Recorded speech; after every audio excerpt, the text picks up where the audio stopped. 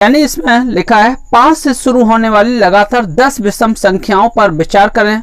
तो पहले 5 से शुरू होने वाली लगातार 10 विषम संख्याएं, यानी विषम संख्याएं इसमें दी गई हैं, तो इसमें विचार करते हैं। तो सबसे पहले 5 से लिखते हैं, 5 के बाद में 7 होगा, 7 के बाद में 9 और 11, 13, 15, 17, 19, यहाँ कितनी हो गई, 1 2 3 4 5 6 7 8, 8 19 और यहाँ पर 21 और 23। अब संख्याएं कितनी हो गई टोटल, 5 से शुरू होकर यानी कितनी संख्या हो गई, 10 संख्या। तो 1 2 3 4 5 6 7 8 9 10, यानी यहाँ पर 10 संख्या हो गई। अब इसमें क्वेश्चन में पूछा गया है आगे पहली और दूसरी को छोड़कर, तो पहली और दूसरी मैंने छोड़ दी, यानी 5 और 7 को छोड़ दिया।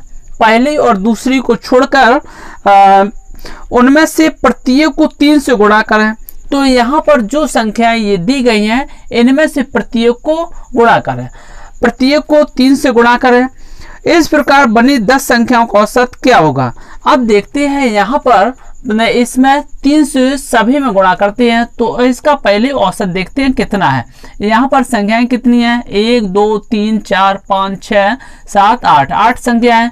8 संख्याएं का अगर औसत कहा जाए तो 8 के बीच का औसत होता है, यानी 15 और 17 के बीच में कौन सी संख्या है, 16। तो यहाँ पर 16 संख्या एक औसत संख्या है। अब 16 में अगर यहाँ पर 3 का गुणा सभी में कर दें तो यहाँ पर 16 में भी यानी 3 गुना हो जाएगा। कोई भी संख्या में, सभी संख्या में अगर 3 का गुणा करते हैं तो इसमें भी 3 का गुणा हो जाएगा। तो यहाँ पर 16 और गुणे 3 इसके बराबर में कितना हुआ, 48। इसके बराबर में कितना हुआ, 48। अब देखते हैं यहाँ पर कहा गया है तो बनी 10 संख्याओं का औसत क्या होगा। इस प्रकार से बनी 10 संख्याओं का औसत क्या होगा। तो यहाँ पर अब संख्याएं ये कितनी है, संख्याएं कितनी है, ये संख्याएं 8। तो 8 48 में 8 का गुणा कर देते हैं, 48 में 8 का गुणा कर देते हैं। तो इस प्रकार से कौन कितने 8 64, 64 और यहाँ पर 8 चौको 32, 32 और 6 32, 64 यहाँ पर लिखते हैं 32, 8 चौको 32, 32 और 6 36, यानी 32 और 6 38। यहाँ पर 384 आया, 384 आया।